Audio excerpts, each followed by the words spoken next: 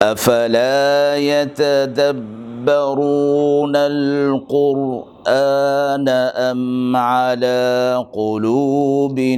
اقفالها، تو کیا یہ لوگ قرآن میں غور نہیں کرتے یا دلوں پر قفل لگ رہے ہیں؟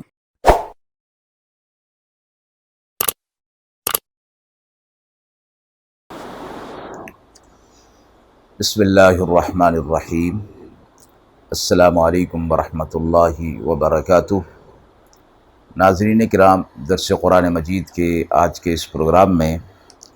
ہم سورۃ النساء کی آیت نمبر 172 تا 175 کا ترجمہ اور تفسیر آپ حضرات کی خدمت میں پیش کر رہے ہیں۔ اعوذ باللہ من الشیطان الرجیم، بسم اللہ الرحمن الرحیم۔ لن يستنكف المسيح أن يكون عبدا لله ولا الملائكة المقربون ومن يستنكف عن عبادته ويستكبر فسيحشرهم إليه جميعا فأما الذين آمنوا وعملوا الصالحات فيوفيهم أجورهم ويزيدهم من فضله وأما الذين استنكفوا واستكبروا فيعذبهم عذابا أليما ولا يجدون لهم من دون الله وليا ولا نصيرا۔ يا أيها الناس قد جاءكم برهان من ربكم وأنزلنا إليكم نورا مبينا فأما الذين آمنوا بالله واعتصموا به فسيدخلهم في رحمة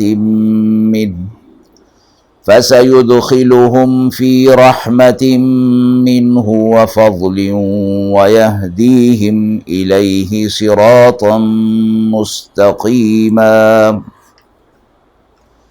آیت مبارکہ کا ترجمہ ملاحظہ فرمائیں۔ مسیح علیہ السلام کو اس سے کوئی عار نہیں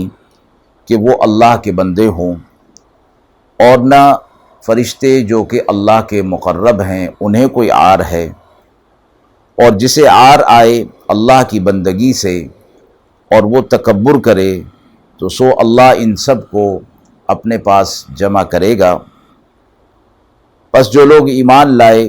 اور انہوں نے عمل صالح کیے تو ان کو پورا پورا اجر دیا جائے گا، اور اللہ اپنے فضل سے زیادہ عطا فرمائے گا۔ اور جنہوں نے عار کی اور تکبر کیا ان کو عذاب دے گا، اور دردناک عذاب، اور یہ لوگ اپنے لیے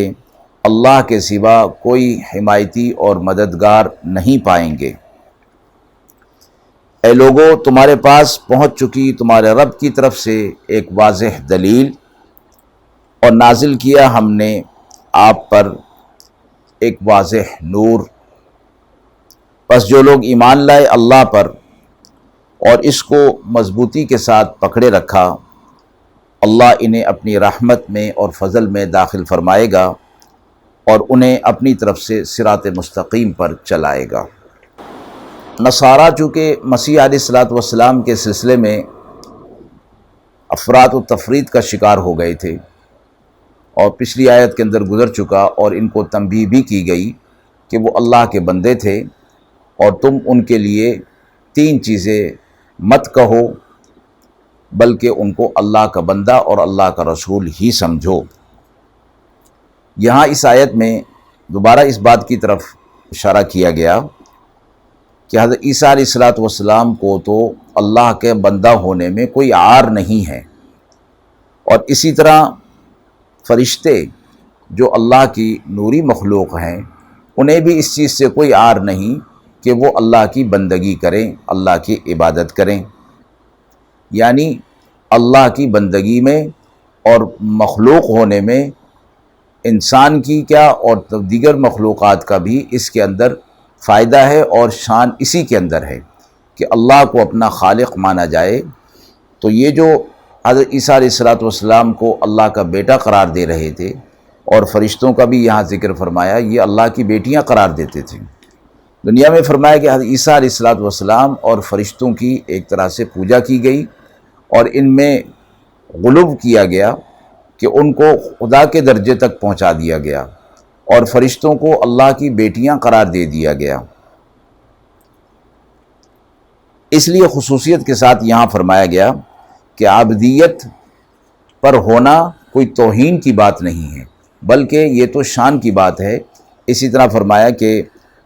حضرت عیسیٰ علیہ السلام تو انسان اور اللہ کے بندے ہیں، اور جو فرشتے جو نوری مخلوق ہیں وہ بھی اس بات سے کوئی عار نہیں کرتے کہ وہ اللہ کے بندے ہوں، یعنی اللہ کے پیدا کیے ہوئے اللہ کی مخلوق ہوں، انہیں اس بات سے کوئی عار نہیں ہے۔ تو تم انسان ہو کر ان کو، عیسیٰ علیہ السلام کو اور فرشتوں کو، ان کے مقام سے آگے کیوں بڑھا رہے ہو؟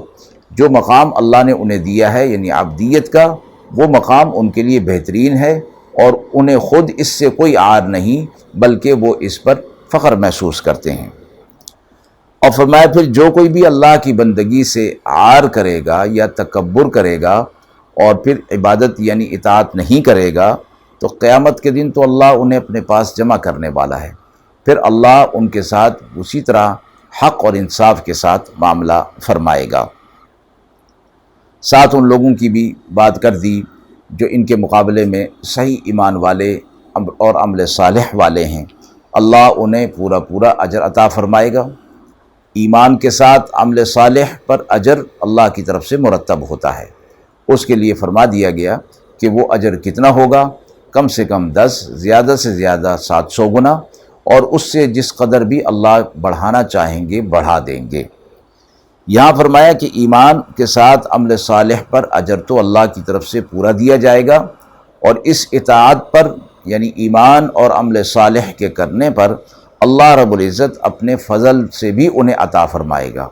اب اس فضل کا تذکرہ نہیں کہ وہ فضل کتنا ہوگا، یہ اللہ ہی بہتر جانتے ہیں۔ البتہ اس میں یہ بات تو ہے کہ جہاں اللہ اپنے ایمان والے بندوں کو عمل صالح پر اجر عطا فرما رہے ہیں، تو اس پر جو فضل ہوگا وہ اس سے کہیں زیادہ ہوگا۔ اور جو لوگ عار کریں گے اور تکبر کریں گے، قرآن مجید کی ایک اور آیت میں فرمایا کہ اللہ انہیں جہنم میں داخل کرے گا۔ یہاں بھی یہ فرمایا کہ ان کے لیے دردناک عذاب ہوگا، اور قیامت کے دن وہ کسی کو اپنا مددگار اور حمایتی نہیں پائیں گے کہ اس دن کوئی کسی کی مدد نہیں کر سکے گا۔ تو آیت کے اندر اشارہ فرما دیا گیا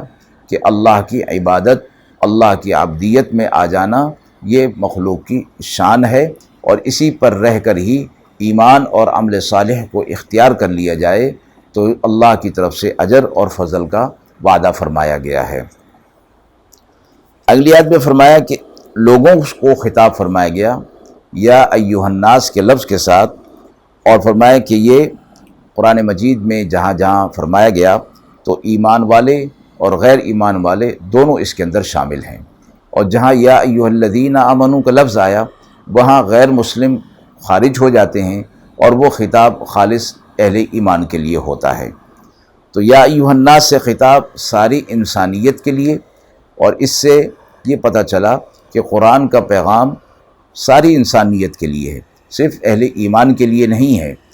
لیکن فرمایا کہ اس سے فائدہ اہل ایمان ہی اٹھائیں گے جو اس پر آ جائیں گے، اس کے احکامات کو پورا کریں گے۔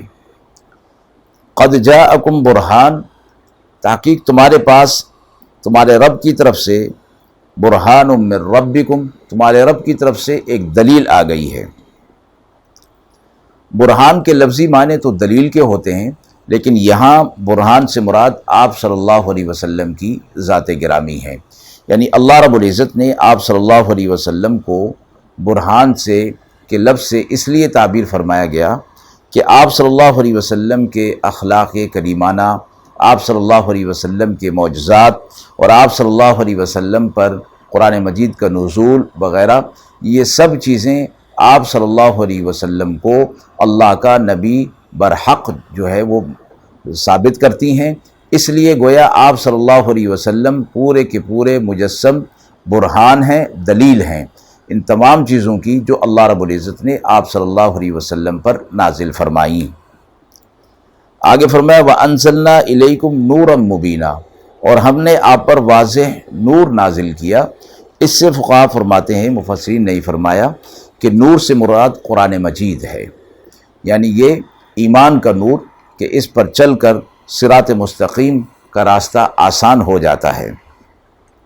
اور واضح فرما دیا گیا کہ نورًا مبینہ کہ قرآن کے احکامات کو واضح کر کے بیان کر دیا گیا ہے۔ اس کے بعد فرمایا کہ جو لوگ بھی اب اس برہان اور اس نور کو مضبوطی کے ساتھ پکڑ لیں گے اور اس پر عمل پیرا ہو جائیں گے، اطاعت والی اعمال صالحہ والی زندگی گزاریں گے، تو اللہ انہیں اپنی رحمت میں، اپنے فضل میں داخل فرمائے گا، یعنی اپنی رحمت اور فضل انہیں عطا فرمائے گا اور دنیا کے اندر رہتے ہوئے انہیں صراط مستقیم پر چلنے کی توفیق عطا فرمائے گا۔ وآخر دعوانا ان الحمد للہ رب العالمین۔